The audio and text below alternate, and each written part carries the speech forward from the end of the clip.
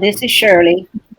Paid bills are showing 1,094,841.52 for the month of March from Fund 150 and 1,040,234.05 for Fund. This is Shirley again. Fund balance was give or take $283. Excuse me? Ah, I think she just left. Fund balance is 1,845,934.43. Okay. All right, East Plus report. You can see the revenue was 177.4 something. Last year at this time it was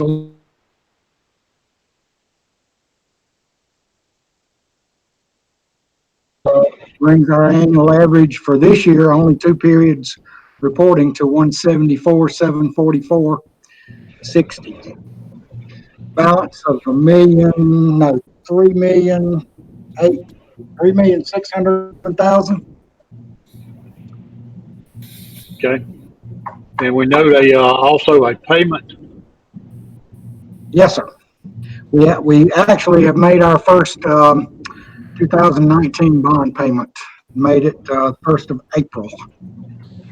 We transferred the money on the last day of March. That's why I put it on there. All right. Any questions on the East Plus report? All right, moving to the facilities report.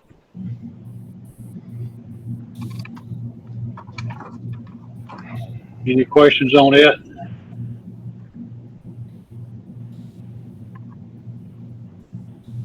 All right, moving to the athletic reports. Any questions on the middle school or high school athletic reports?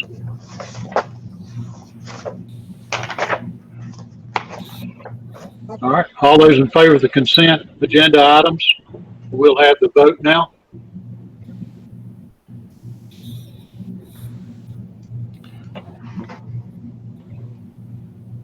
Charlie Brooks,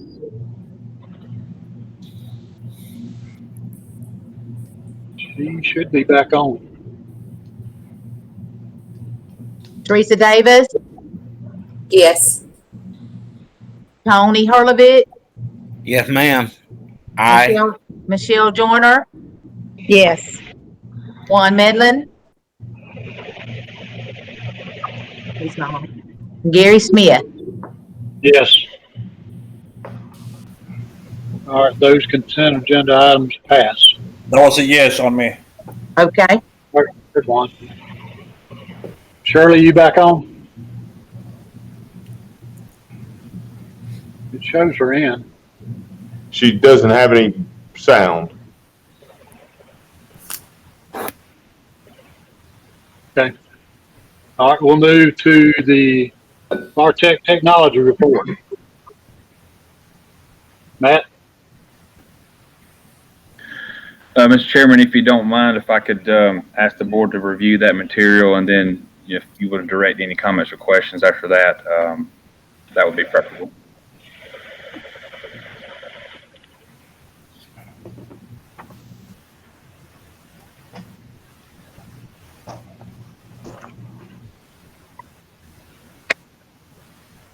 All right, I'll ask a question about the Rural Utilities Services Grant. What is that? Matt, you want me to take that? Sure, thank you. Board, the RUS grant is a grant that we are applying for, and we're working with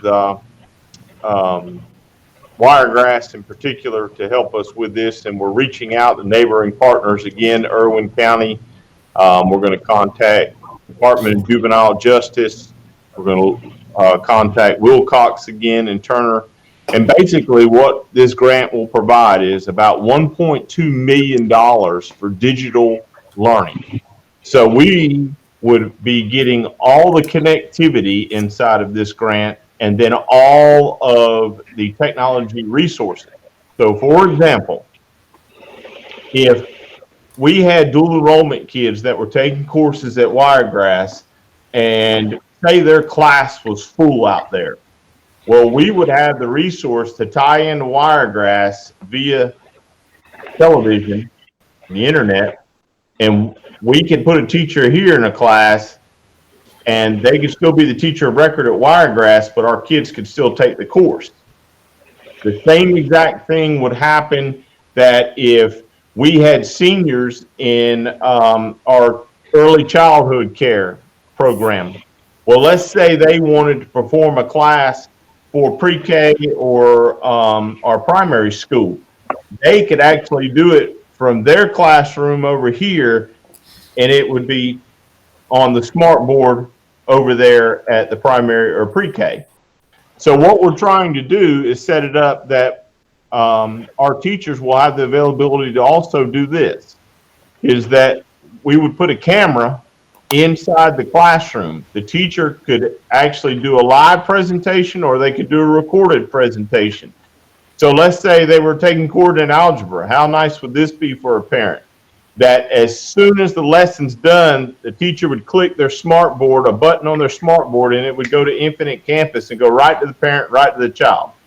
So now they have it for acceleration and remediation and to be able to practice at home for us parents who don't know how to do coordinate algebra anymore. So this availability is going to help us move into what looks and appears to be digital online learning for the support of Ben Hill County School System. Great. Telelearning. That's exactly what it is. Yes, sir. All right. Anybody else have any questions on the VARTEC report? None. All right. Thank you, Matt. All right, we have no transportation request. Moving into superintendent's new business items.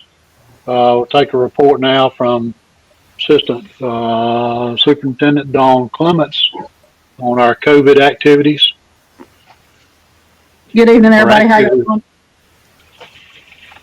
Hey, Dawn. Hey, Gary. Good to see you. We had a great response to the COVID-19 crisis. We started planning the week of March the 9th when that stuff started becoming reality for Georgia. We had a quick response, and we began planning the week of about that Wednesday and Tuesday of the week of March 9th.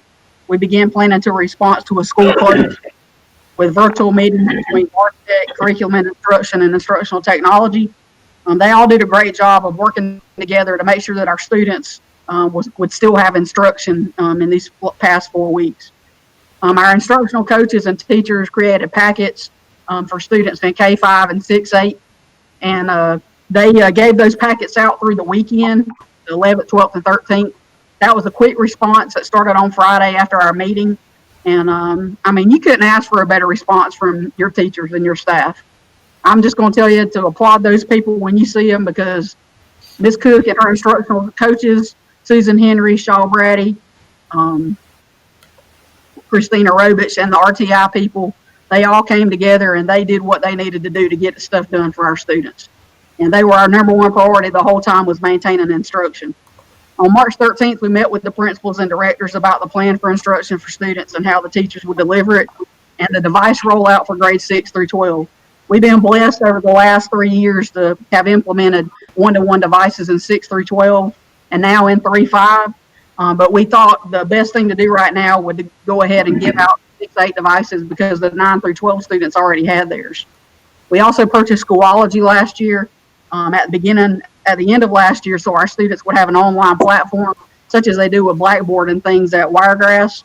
And that really benefits us in grades 6 through 12 to deliver online learning for all students. Some students don't do well on that, so they did give packets at 6 through 8 just to make sure that everybody had access to the curriculum. Also, March 13th through the 17th, they picked up the packets. They picked up laptops if they needed them at the high school and the middle school.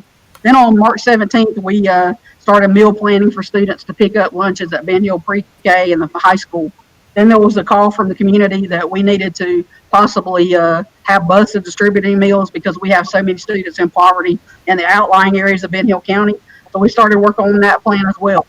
And we met again as a group of leaders in the central office on March 18th to talk about all those things that I had just mentioned to you, to answer questions for our stakeholders and to, just everybody be on the same page. So our first meals were delivered by buses on March 18th. March 19th, they were given out at the pre-K and the CCA and delivered again. And then the bus delivery just kept on going. That's continued to go on Mondays and Wednesdays now. We only had one little hiccup there with some time, but we had to get some cleaning done because we did have some issues that thought we needed to address for safety reasons for all the volunteers and such. So there was about 2 days where we didn't deliver meals or let anybody come pick up meals, but that was for everybody's safety. March the 30th through April 3rd was spring break. We were still delivering meals. The shelter was put in place by the governor, but we have continued with volunteers from our food services, our teachers, community members, board members have all tried to work together to make sure that our students are getting those meals. April 6th, we had a virtual principals and directors meeting to discuss changes to plans and update the COVID-19 response. We wanted to still make sure that people were bringing their packets in and then getting new packets, so we continue to do that. They were picking them up last week, and phase 2 of instruction began on Monday, April the 6th, and continues now. K-5 returned their packets to get feedback. 612 is still doing online learning. Meal delivery and curbside pickup continues. And I'd like to get a shout out to all those people who are doing that. Martha Dixon's done a great job. Hal Wiley's taking the lead at the high school. Miss Brown has been at the pre-K, helping to manage that. And everybody's just been doing a great job. I don't get asked for a more committed staff. And we just have a great group of leaders. And we have a great group of leaders and a great community that we will continue to do what we can to meet the needs of our students and our teachers and staff. And we appreciate your support as the board for allowing us to continue to do the things we need to do for kids. Any questions? Thank you, Don. Sure. Thank you, Don. You're welcome. Nobody anywhere was ready for the attack of this virus, but I've been amazed at the resources that our small school system was able to put together because of things we have done in the past to be ready for something like this, to provide online learning, to provide meals, and to do other things for our community and to keep our learning elements going. I know some folks aren't anywhere near what we're trying. We have bigger systems with more resources that aren't doing for their community what we're doing with being a high poverty district with 100% free and reduced. Our kids are getting instruction, they're getting meals, teachers are talking to their parents, they're doing online conferencing with them. They're delivering what they can from where they are. And, that's what we have to do. We have to meet people where they are. Our community members are taking notice that we're doing a good job for our community and they appreciate it. And they voiced that they appreciate it. In the emergency management meetings that I've been to, they couldn't speak highly enough about the great job that everybody's doing. And that just takes teamwork, and we've done a great job for that. Thank y'all. Our compliments to the staff and to the community and the kids. All right. Moving to the next item, construction project timeline update. Yes, sir. Board, I am going to address my thank yous to everybody at the end. But as I move forward, we have been working very, very, very hard. Greg Smith from Buckley and Associates and Parish Construction and I have been working very hard to stay on our timelines on a consistent manner, just like we're doing tonight with our Google Hangout. We've been doing the same thing, doing add alternates based off of reductions and looking at what the possible square footage will come out to be and then what the overall cost will be. I do have good news that we are on time and we are moving forward in a great pace. It is hard to believe, y'all, that I was back here in a short period of time asking you for approval of preliminary drawings. And now I'm fixing to advise you that we're fixing to move into the bid process. This process is going to move faster and faster and faster. It is now the middle of April. My goal is, after today, talking with Parish Construction and moving forward and getting our permits from the state, is that we will move forward according to our timeline. As you look at number 11, number 10 would be architect quality review. That would be due by the 27th of this month. Actually, it'll be a little earlier than that. And then the advertised bids from the 27th through the end of May. Those bids we were looking at from a high-end standpoint. That's the easiest way to go when we look at the overall cost value of what you're looking for projects, especially a large school. What it could look like and what it possibly is looking like is those bids based off of projects that Parish Construction is doing now and looking at are coming in very, very well, and they're very well priced. So therefore, advantageousness is, the economy is, people want longevity for work. So therefore, my prayer is that we continue to move forward and we hit it at exactly the right time that would give us the most money for the bang for our buck to get the most for our kids inside our school. And I'm proud to say that I will be having to ask for more of your time, and we will be doing more online meetings, because I'll have to ask for you to come back. Not only will we have budget meetings that will be coming up that we have to get done, but when we advertise for bids and those bids come back, I have to have your approval to move forward. And that process, that's going to require us to have meetings that will be very short notice in nature to stay on timeline to move forward. So I would like to thank all of you, first of all, for your flexibility as we've been moving through this project, because it is a very tedious project, and I know I ask a lot of you. But in that process, we've been able to do some great things that have been very cost effective, as you have been able to put together for us to move forward. So at this time, I am proud to say that we are definitely on schedule. We are moving forward, and I hope that I'll be bothering you a little bit more here in the next several weeks. Questions? We are going to advertise for bids on the 27th. Yes, and sir. All that will be done, I guess, by phone.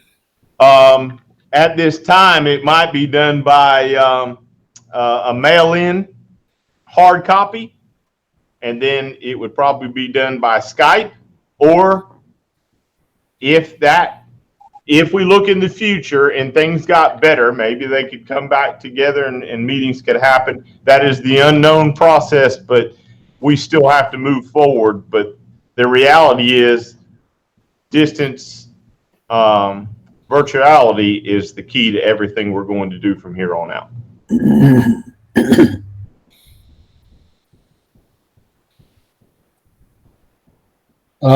For the water and sewer, did we submit our request for approval, and has that been granted yet? It has not been granted. That's a timeline process, so we are working towards that.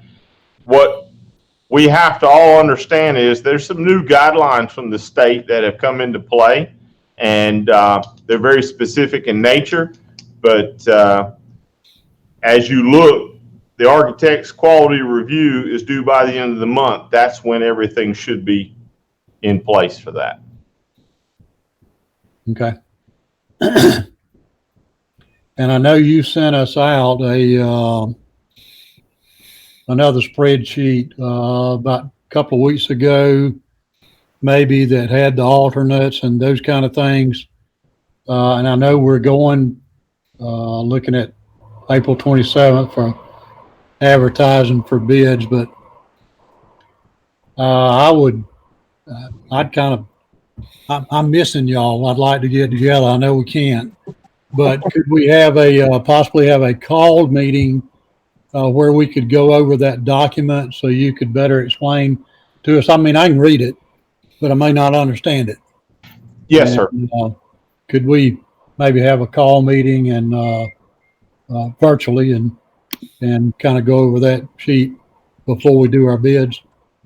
What I'd like to do is kind of incorporate that as we move forward. And Thomas and I have been talking. It's very hard to get a budget together for an outline of what your expectations are and what ours are, because it's the unknown. But we do have the capability of extending our budget until the end of the month. So I'd like to be able to do all that in one lump sum on a call meeting before the end of the month. So I will be getting back in touch with you based off of that. And then I'll be able to give you updates based off of the alternates that will be in place as we move forward. That'd be fine. I just want to make sure I understand it. And, yes, sir. And have everybody participating in that, because somebody may see something that I don't. Yes, sir. Okay. And again, let me explain the add alternate. An add alternate is something that can be removed or set to the side and be added back in based off the totality of the overall bids. So if you come in, for example, when they put the whole scope together, we were about 10% over cost. So we've been steadily bringing that 10% down. We might have to keep that 10% down, but if bids came in and they were advantageous, you can put the 10% back in, if that makes sense. Okay. So Sean, Yes, ma'am. during the economic downturn, that didn't affect our bond ratings or our bonds or anything like that?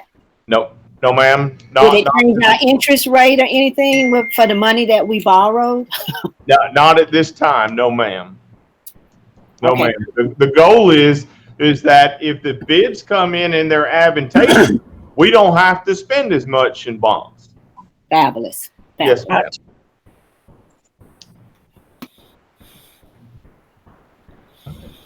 Any other questions? Would y'all be receptive to another meeting in a week or so? Yes. Yes. Okay. All right. Fantastic. Thank y'all. So you don't think that we can do enough social distancing in the same room, or is it more worry about being able to have a sunshine meeting? When you have an executive order in place that states that you're in shelter, Okay. I would not want to violate that based off the fact that I'm forcing you to come back together as a whole board in a meeting room. Okay. Thank you. Yes, ma'am. It would be our choice. It wouldn't be you forcing us. Yes, sir. The other side of it is a public meeting and the public's invited to attend, and then you get over the 10 rule. So Yes. we would have an issue. Yes, sir. I understand.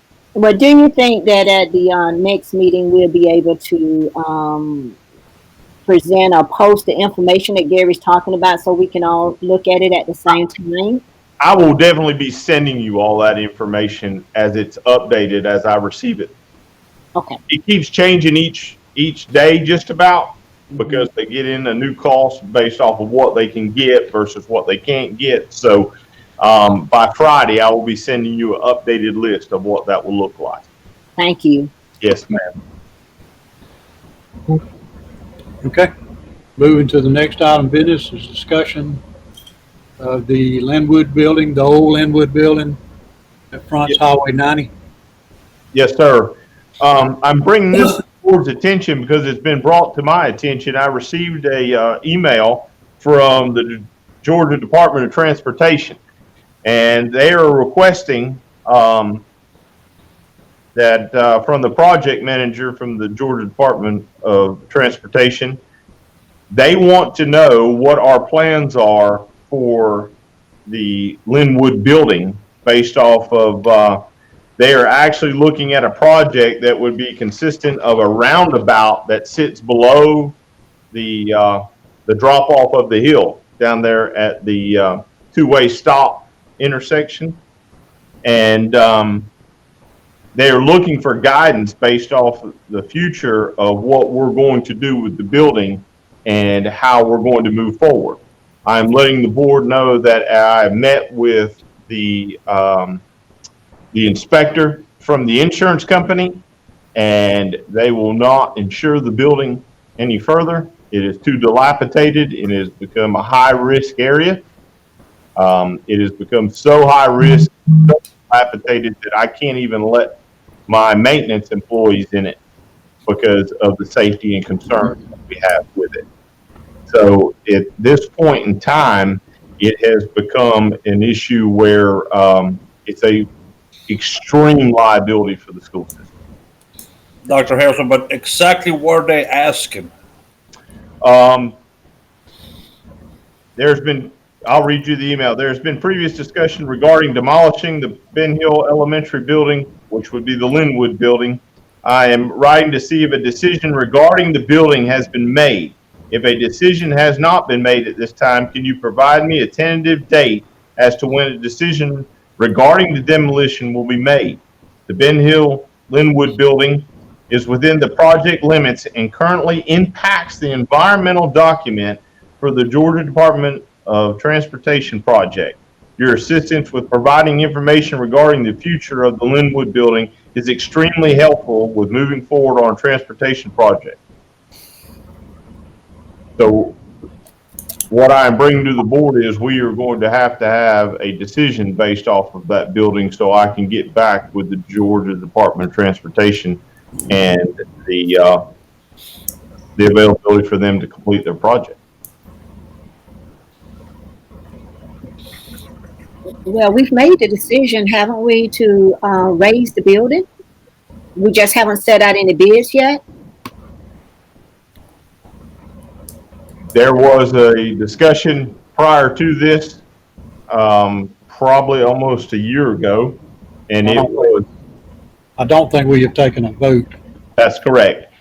There was a discussion to look at what we could do as far as demolition of cost effectiveness based off of that, but there was not a decision on whether to actually demo the building. Could they be part of the demolition in any way?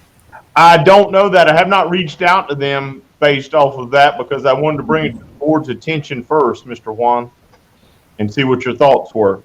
Could we approach that to see? We can. I can reach out to them. I sure can. Can we find out what they mean by it impacts the environmental document? I mean, is the building in their way? Are they going to have to cut some of the property? Or are they going to have to condemn some of our property to make the roundabout? Or what do they have in mind?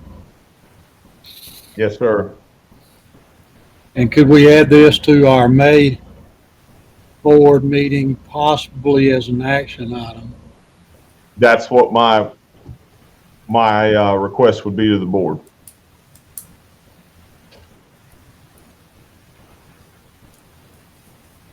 And if they are available, they may could come talk to us. Okay. Well, I'm all about taking it down. Yeah.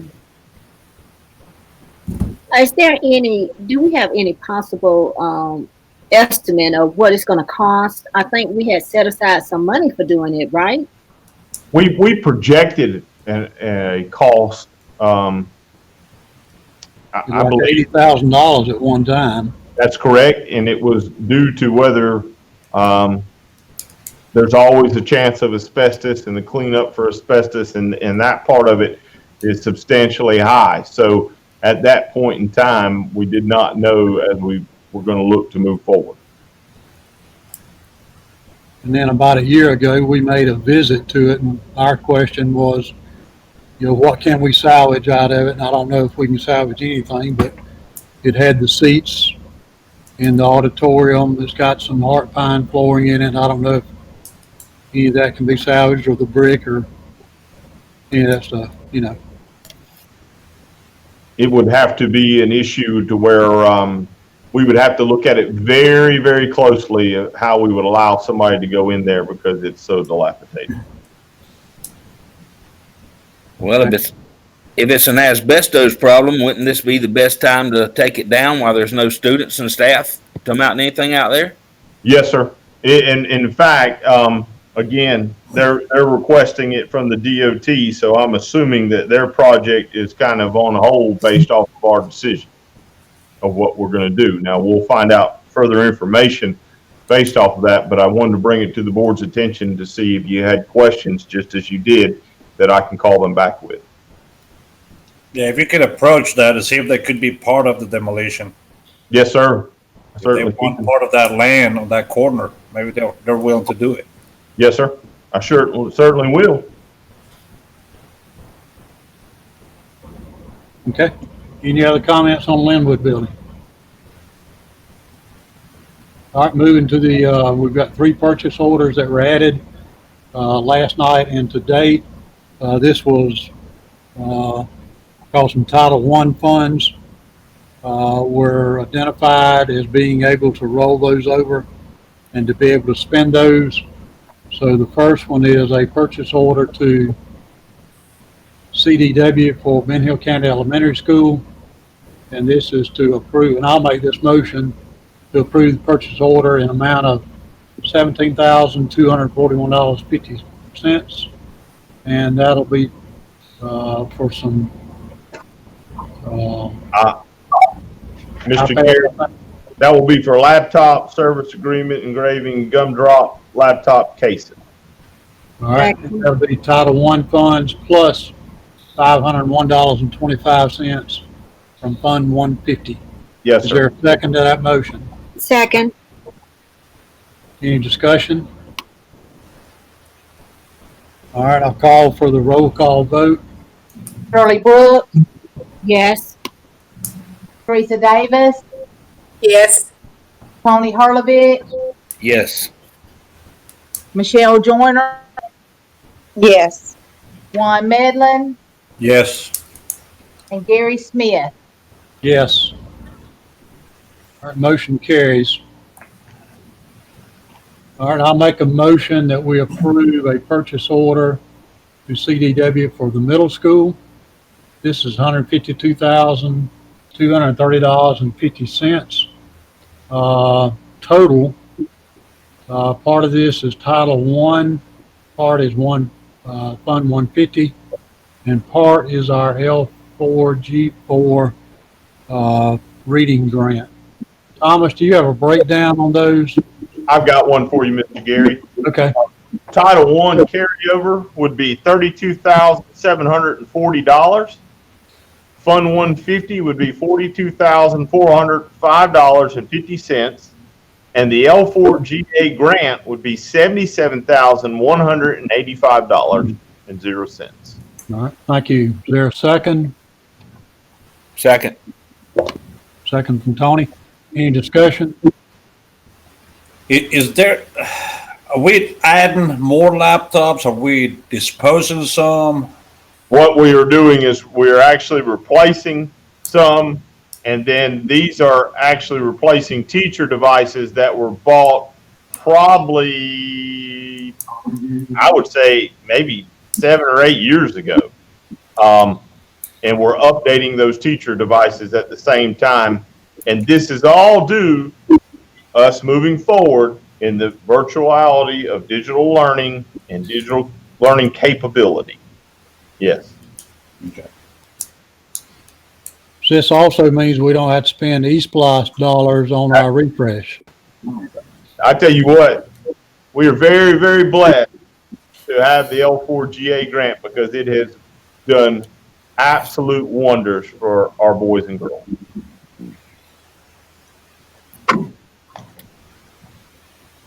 Okay. Any other comments or questions? All right, call for the vote. Shirley Brooks, Yes. Teresa Davis, Yes. Tony Hurlovich, Yes. Michelle Joyner, Yes. Juan Medlin, Yes. Gary Smith. Yes. All right, motion carries. All right, the next one, this is Ben Hill Primary School. I'll make a motion that we approve a purchase order to Apple Computer. This is for $17,640. And I think it's for 60 iPads, and it'll be paid out of Title I carryover and Fund 150. And can we have that breakdown, please? Yes, sir. Right now, Title I carryover funds is the overall funding process of $17,640. Okay. Second. Our motion second. Any discussion? All right, call for the vote. Shirley Brooks, Yes. Teresa Davis, Yes. Tony Harlovich, Yes. Michelle Joyner, Yes. Juan Medlin, Yes. Gary Smith. Yes. All right, motion carries. All right, moving into upcoming events, and that's taking knowledge that our GFBA conference, summer conference, has been canceled. Mr. Gary, hold on one second. If you'll look back, we have a line item E, request approval for purchase order CDW FHS DCA High School. I don't have a line item E. Refresh the page. I do. Okay. There's a line item E. All right, let me go out and come back in Okay. and see if it'll refresh.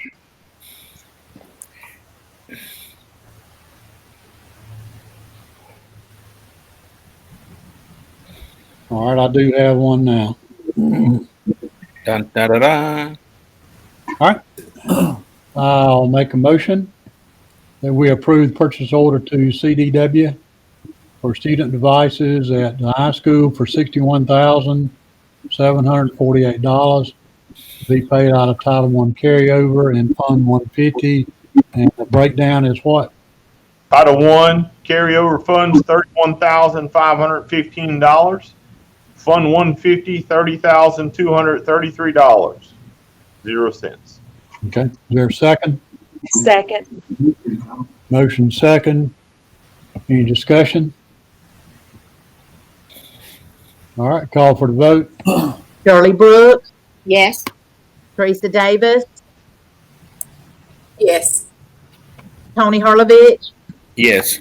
Michelle Joyner, Yes. Juan Medlin, Yes. Gary Smith. Yes. Okay. All right, motion carries. All right, now moving to upcoming events, again, acknowledging that our GSBA summer conference has been canceled. Other events that have been, that we have coming up is our May the 12th meeting, and we'll play that one by ear. We did announce a called meeting within the next 10 days to 2 weeks to talk about our building program. Events that are on hold. Our governance training that was scheduled is on hold. The Rotary Top 10 banquet that was scheduled from the first week in May is on hold, but let me comment that the Fitzgerald Rotary Club has purchased the 40 plaques for the students, and they will be given out. We just won't be doing the banquet right now. Of course, Honors Night and Baccalaureate are on hold. Tentatively, Fitzgerald High School graduation has been scheduled for the Friday night, June the 26th. Anything else that we're missing on any dates?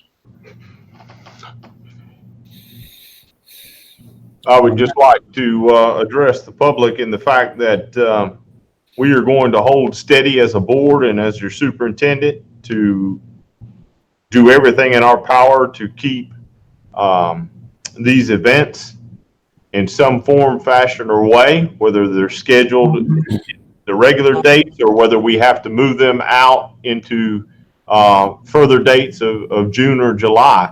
but it is our goal that we give every student the capability and the availability to have the best opportunity to be successful that we can. So thank you, board. Thank you. All right.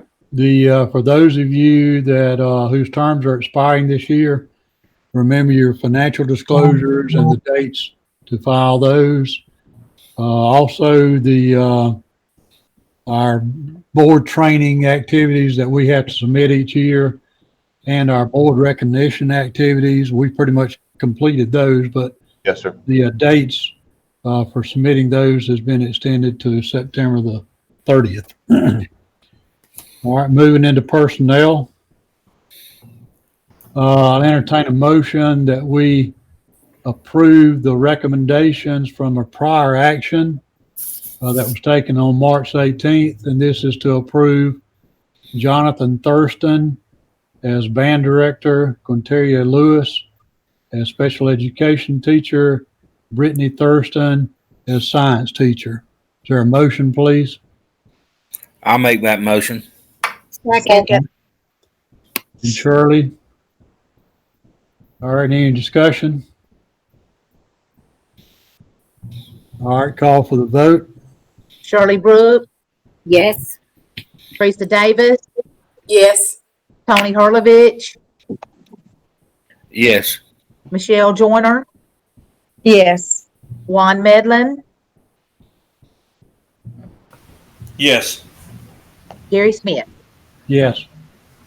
Motion carries. All right, I'll entertain a motion to approve the following recommendations for 2021 school year. That's Stephanie Newbern, Jacob McIntosh, Alexis Lease, Nikki Troop, and Robert Rainier. I'll Sure, make a motion to accept those, please. All right, Michelle? Is there a second? Second. Second from Tony. Any discussion? Call for the vote. Shirley Brooks, Yes. Teresa Davis, Yes. Tony Hurlovich, Yes. Michelle Joyner, Yes. Juan Medlin, Yes. Gary Smith. Yes. Motion carries. Our retirements, entertain a motion to approve the retirement of Stephen Harden, effective May 31st. I'll make that motion to accept his retirement for Stevie Harden. Second. Motion second from Juan. Any discussion? Do we really have a choice? No, not really, but we can make him sweat. All right, call for the vote. Shirley Brooks, Yes. Teresa Davis, Yes. Tony Hurlovich, Reluctantly, yes. Michelle Joyner, Yes. Juan Medlin, Yes. Gary Smith. Yes. Motion carries. Moving to resignations. I'll entertain a motion. We approve the resignation of Megan Owens. I'll make a motion to accept that. Second. Michelle and Tony. Any discussion? Call for the vote. Shirley Brooks, Yes. Teresa Davis, Yes. Tony Hurlovich, Yes. Michelle Joyner, Yes. Juan Medlin, Yes. Gary Smith. Yes. Motion carries. All right, we have one transfer that's for information. I'll entertain a motion. We approve the transfer for Marquetta Poole from science teacher to special education teacher.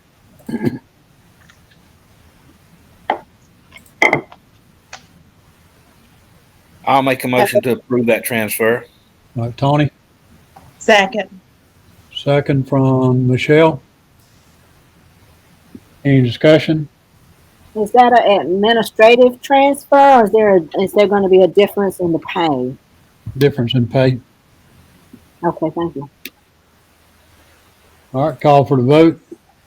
Shirley Brooks, Yes. Teresa Davis, Yes. Tony Hurlovich, Yes. Michelle Joyner, Yes. Juan Medlin, Yes. Gary Smith. Yes. Motion carries. All right, y'all did well, guys. Gary, Guys and gals, excuse me. Mr. Gary, can I address the fact that I'd like to say a humongous thank you to you all as board members, but more particularly my support center staff, my administrators, but specifically my teachers and staff, and then particularly the volunteers we've had in our community. I'd like to thank the EMA and their outreach and the availability of what they've provided us on the side to be successful. And then everybody that's involved with that EMA process as a team. We could not do what we're doing here tonight, what we've been able to do since this started, and make boys and girls successful without this entire team. And the availability, I could sit here and go through name after name after name after name.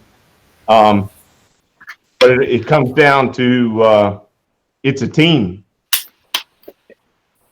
And we're very blessed to have them.